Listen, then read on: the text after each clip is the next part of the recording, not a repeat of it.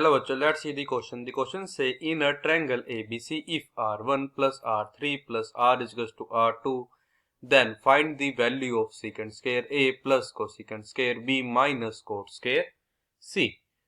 तो हमारे पास गिवन है in a triangle ABC R1 plus R3 plus R, ये हमारे को R2 के, देन हमको वैल्यूज की फाइंड करनी है secant square A plus cosecant square B minus cot square C की. Firstly I will tell you की कॉन्सेप्ट, और की कॉन्सेप्ट आपकी हेल्प करेगा इस क्वेश्चन को सोल्व करने में. तो की कॉन्सेप्ट हमारा क्या, इफ अगर हमारे यहाँ पे क्या हो, if in a triangle A B C हमारे पास यहाँ पे क्या हो, क्या R1 plus R3 plus R यहाँ से इक्वल हो, ये हमारा इक्वल हो R2. देखो यहाँ पे R क्या होता है, ये होता है हमारा रेडियस ऑफ इन सर्कल, और R1 R2 R3 के R1 तो हमारा यहाँ पे क्या है कि जो हमारा वर्टेक्स होगा A से, उससे हमारे इन सर्कल का जो सेंटर है उसका डिस्टेंस, ऐसे R2 हमारा होगा वर्टेक्स B से और R3 हमारा होगा वर्टेक्स C से.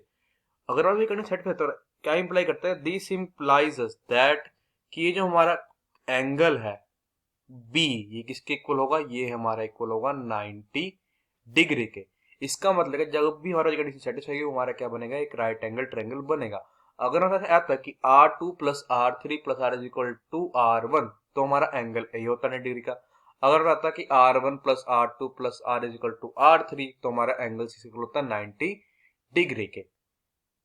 अब हम क्या करेंगे, इसकी कॉन्सेप्ट की हेल्प से अपने क्वेश्चन को सोल्व करेंगे.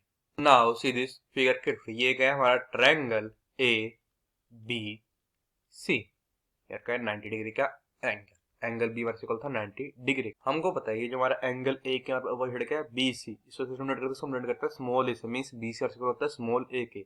ऐसे हमारा इसी से इक्वल होगा स्मॉल बी के, और जो हमारा ए बी से इक्वल होगा ये इक्वल होगा हमारा स्मॉल सी के. अब देखो जो हमारा वैल्यू है किसकी, सीकेंट ए की वर्स इक्वल आ जाएगी this is equals to B divide by C, और जो वैल्यू है किसकी, कोसीकेंट बी की.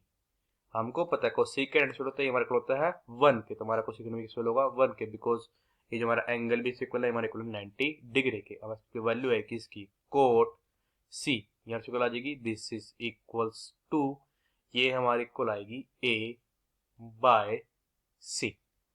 तो क्या अप्लाई करते हैं कि जो मेरे पास वैल्यू किसकी, secant square A plus cosecant square B minus cot square C, this is equals to B square divide by C square plus 1 का square means 1 minus A square divide by C square. This is हमारा equal हो जाए, देखो अभी यहाँ पे ये B square minus A square this is divide by C square plus 1 के. अब देखो हमारे पास क्या था, ये ए बी सी, ये हमारा राइट एंगल ट्रायंगल था, तो मेरे पास जो वैल्यू है कि इसके हाइपोटेन्यूज का स्केयर माइनस हमारे पास क्या है ए स्केयर, ये होगा ये हमारा इक्वल होगा सी स्केयर के. तो हो जाएगा दिस इज इक्वल्स टू हो जाएगा ये C square divide by C square plus 1. इसका रीजन क्या है, बिकॉज हमको पता है हमारा जो वैल्यू है किसकी, ए स्केयर प्लस सी स्केयर इक्वल होगी ये हमारी इक्वल होगी बी स्केयर के. तो हमारा हो जाएगा दिस इज इक्वल्स टू 2. इसका मतलब क्या आ जाएगा, दिस इंप्लाइज अस दैट कि secant square A plus cosecant square B minus cot square C, ऐसे होगा दिस इज इक्वल्स टू 2.